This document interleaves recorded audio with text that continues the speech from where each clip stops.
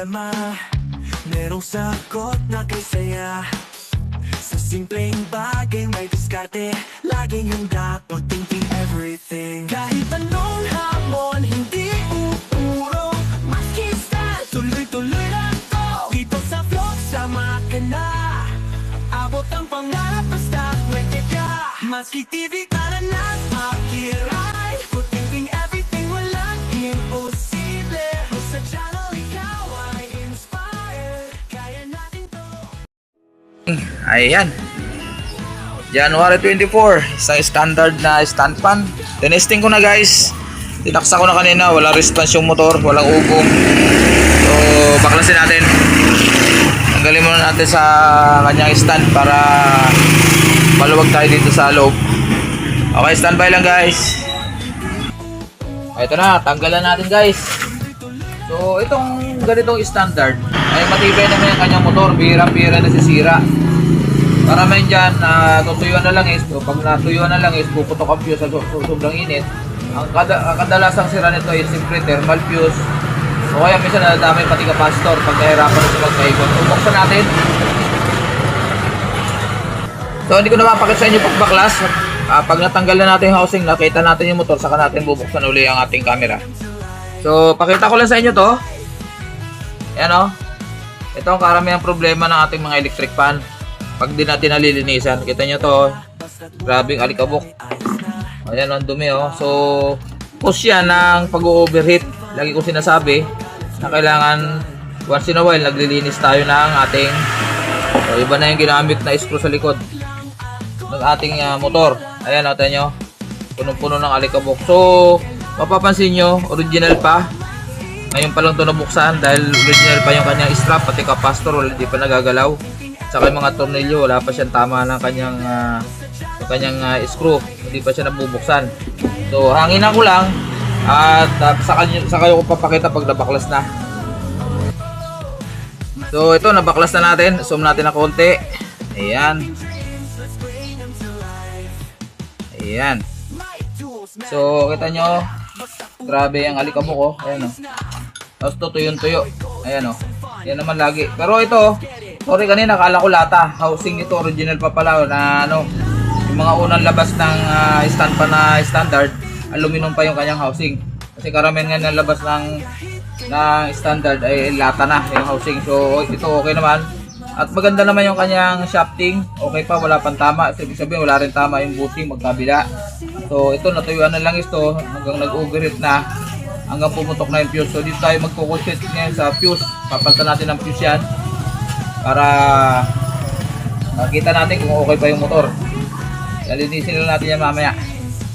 Baklasin ko lang yung fuse at mamaya ko na papakita uli. So guys, kung papansin nyo, nagkanda putol-putol na yung strap nya. Wala na, durug-durug na yung strap. So andito yung fuse nya guys sa labas.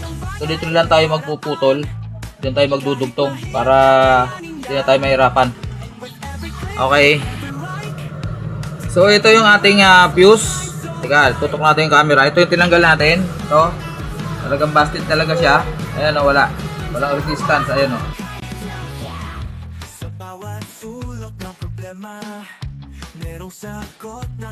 Ayun.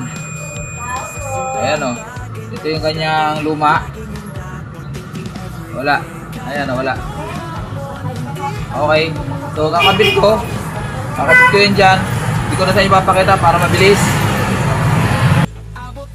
So ito, nakabitan na natin ang thermal fuse at tatalian na rin natin. Tuloy na rin natin itong mga dulo ng strap. Ayan, tapos dito naman tayo, maglalangis tayo rito. Dahil wala namang problema yung bushing niya, dahil maganda pa yung shafting, lalangisan lang natin ito guys.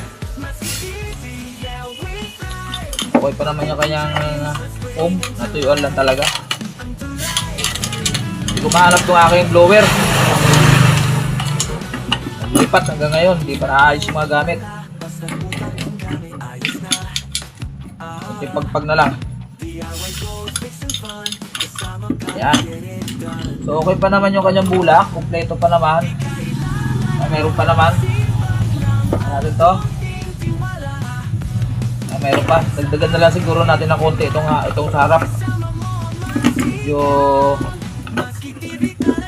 tunaw na yung kanyang pug. So dagdagan na lang natin to na konti. Standby. Okay guys, at ito yung ating testingin natin kung gagana siya. Pero tingin ko gagana. Hindi ko natin testing kasi yung motor. So saksak natin. Number 1. Ayun, umikot guys. So 2 3. Ayun. So kukubiran ko muna. Hindi ko na sa inyo papakita uli. Para padali tayo. Ayan, importante gumagana na. Ayan, okay na. Okay na electric pa ni Bossing. Bossing, kaway-kaway Bossing. Ayan o. Nakasum pala ako. Okay.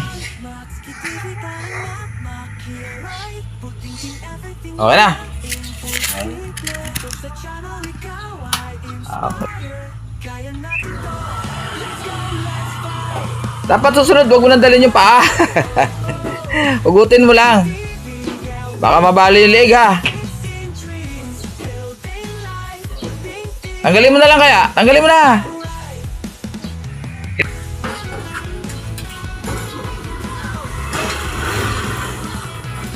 Okay, sige boss. Thank you.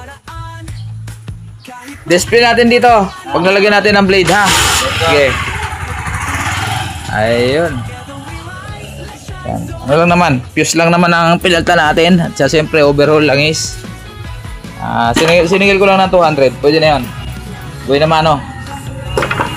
At pagpalit bushing, shafting, medyo siyempre dagdag tayo ng presyo. Pero presyong lang. Presyong tama-tama lang. Buhay-buhay lang. Ayun. Maraming salamat guys sa pagsama nyo kay Matski. Ngayong Saturday, January 24. Salamat sa lahat ng mga sumusuporta sa akin at sa mga napadaan sa akin channel. Please like, share, and subscribe. At kung hindi pa kayo nakakadikit sa akin, pakikalimbang po yung aking yung bell dyan sa taas para naman ma-notify tayo sa lahat ng mga upload ni Matski. Buting everything, Matski TV. Bye-bye!